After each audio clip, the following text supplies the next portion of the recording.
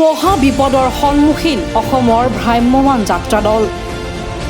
অসমৰ ৭ম পুৰুষীয়া যাত্ৰা নাট্য দল নিশেষ হোৱাৰ পথত।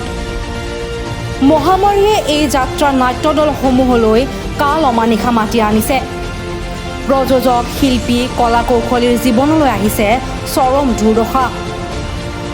দুৰ্যোগৰ সন্মুখীন হৈ দিশহাৰা হোৱা যাত্ৰা নাট্য দলসমূহক পুনৰ উদ্ধাৰৰ চেষ্টা কৰিবনে চৰকাৰে? প্ৰশ্ন উদয় হৈছে অসমৰ স্বাভিমানী নাট্যপ্ৰেমী ৰাইজৰ মনত।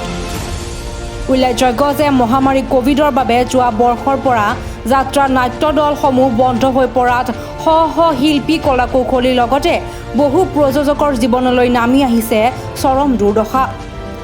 এই ক্ষেত্ৰত ৰাজ্য চৰকাৰে বিভিন্ন সময়ত দুখীয়া জনসাধাৰণৰ কাৰণে যেনেধৰণে সহায় সহযোগ কৰা পৰিলক্ষিত হৈছে, ঠিক তেনেদৰে অসমৰ অৰ্থনীতিত এক গুৰুত্বপূৰ্ণ ভূমিকা গ্ৰহণ কৰা এই যাত্ৰা নাট্য দলসমূহৰ ক্ষেত্ৰত কৰা পৰিলক্ষিত হোৱা নাই। আৰু এই কথা অসমৰ ৰাইজৰ মাজত চৰ্চা হোৱাৰ উপৰিও যাত্ৰা নাট্য দল সন্থাৰ তৰফৰ পৰা সংবাদ মেলৰ জৰিয়তে কোৱা হৈছে। সদৌ অসম ভ্ৰাম্যমান যাত্ৰা দল প্ৰযোজক সন্থাৰ তৰফৰ পৰা দুখ প্ৰকাশ কৰি সংবাদ মেলৰ জৰিয়তে আজি আৰু বহুতো গুৰুত্বপূৰ্ণ কথা ব্যক্ত কৰে।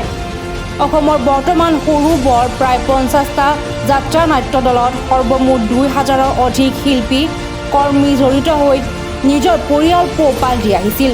কিন্তু এতিয়া সেইসকল শিল্পী, কৰ্মী তথা অসমৰ থলুৱা নাট্য উদ্যোগটোলৈ নামি আহিছে দুৰ্দশা।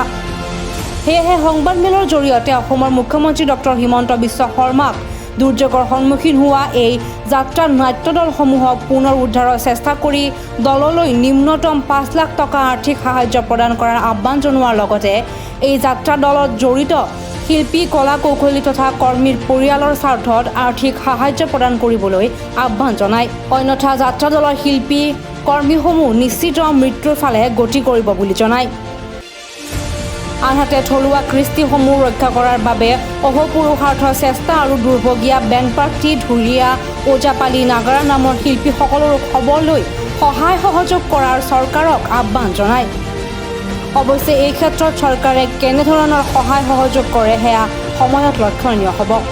সকলোকে সঁহাৰি দিছে আৰু আমাৰ খিনি জানে, আপোনালোকৰ জৰিয়তে আমাৰ মনৰ কথাবিলাক জানিব। নিশ্চয় আমাৰ মুখ্যমন্ত্ৰী মহোদয় আমাৰ পিনৰ চকু মেলি চাব আৰু আমাৰ শিল্পীসকলকো চকু মেলি চাব। আৰু আমাৰ সভাপতি মহোদয় কোৱাৰ নিচিনাকৈ যদি আমি এইবেলি প্ৰত্যেকটো নাট্য দলে অনুষ্ঠান কৰিবলৈ আমি প্ৰস্তুত হ'ব লাগে, তেতিয়া আমাৰ কমেও 2 লাখ 2.5 লাখ টকা মেৰামতি কৰা যাব, কিছুমানৰ বেছিও যাব। গতিকে অনুৰোধ কৰিছোঁ যাতে প্ৰতিটো দলৰ প্ৰযোজকক যাতে 5 লাখ টকাকৈ চৰকাৰৰ ফালৰ পৰা সাহায্য দি এই অনুষ্ঠানটি, এই কৃষ্টি জীয়াই ৰখাত সহায় কৰে। নহ'লে যদি এই যাত্ৰা দলটো আমাৰ এই মাজৰ পৰা কিন্তু একেবাৰে বিচ্ছিন্ন হৈ যায়, তেতিয়া পৰজন্মত আমাৰ যিবিলাক আহিব সন্তান হ'ল তেখেতৰ যাত্ৰা পাতি এইবিলাক নাজানে।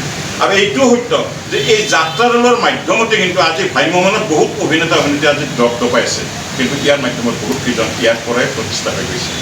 এইখিনি সকলে আমাৰ শিল্পীসকলকো যাতে সহায় কৰে।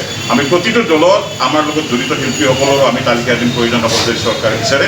আৰু সেই শিল্পীসকল কমেও 18 পৰা 2000ৰ ভিতৰত আছে। আৰু আমাৰ প্ৰযোজক সংখ্যাকো 5 লাখ হয়। শিল্পীসকলকো একোটা সাহায্য কৰাৰ কাৰণে চৰকাৰৰ ওচৰত আবেদন কৰি মই মোৰ সমৰ্থন ইমানতে সামৰি দিম। News desk report, news star 7।